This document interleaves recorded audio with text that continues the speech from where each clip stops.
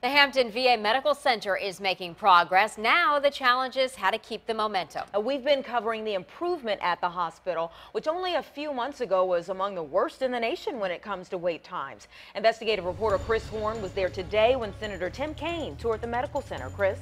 Anita and Stephanie, I asked Senator Kaine, now that Hampton has more realistic wait times near the national average, how do you keep them under control at one of the fastest growing VA hospitals in the country? Kaine says that will involve changing VA policies on the national level, and he's pledging his help in the Senate. That's a significant amount of work that's being done to expand access. Senator Tim Kaine is talking about how Hampton has gone from object of ridicule to example of progress when it comes to wait times for primary care. We've seen that number come down very, very dramatically from around 30 days. Now it's down in the right at the national average, 6 or 7 days. After a tour of Hampton this morning, Kaine wants to address larger scale problems. One, the confusion over how private providers will fit into the overall VA puzzle.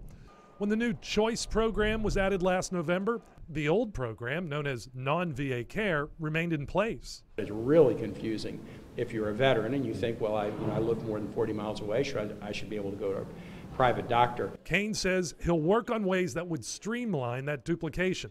Another problem the senator sees is credentialing doctors, even if they're already working at other military hospitals. You got to put them through a fairly rigorous and elaborate qualification proceeding to work here, even though they've already been qualified for a DoD hospital.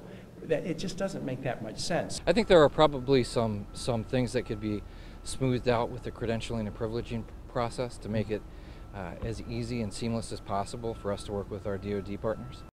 Just to give you a picture of that growth, as of this month, Hampton is expanding at the rate of 350 new veterans each month, far faster than the national average. Now, the new Chesapeake Clinic is set to open in late September in the 1900 block of South Military Highway. Kaine says it'll help, but will also illustrate the demand for care on the South Side and neighboring North Carolina. Chris Horn, 10 on your side.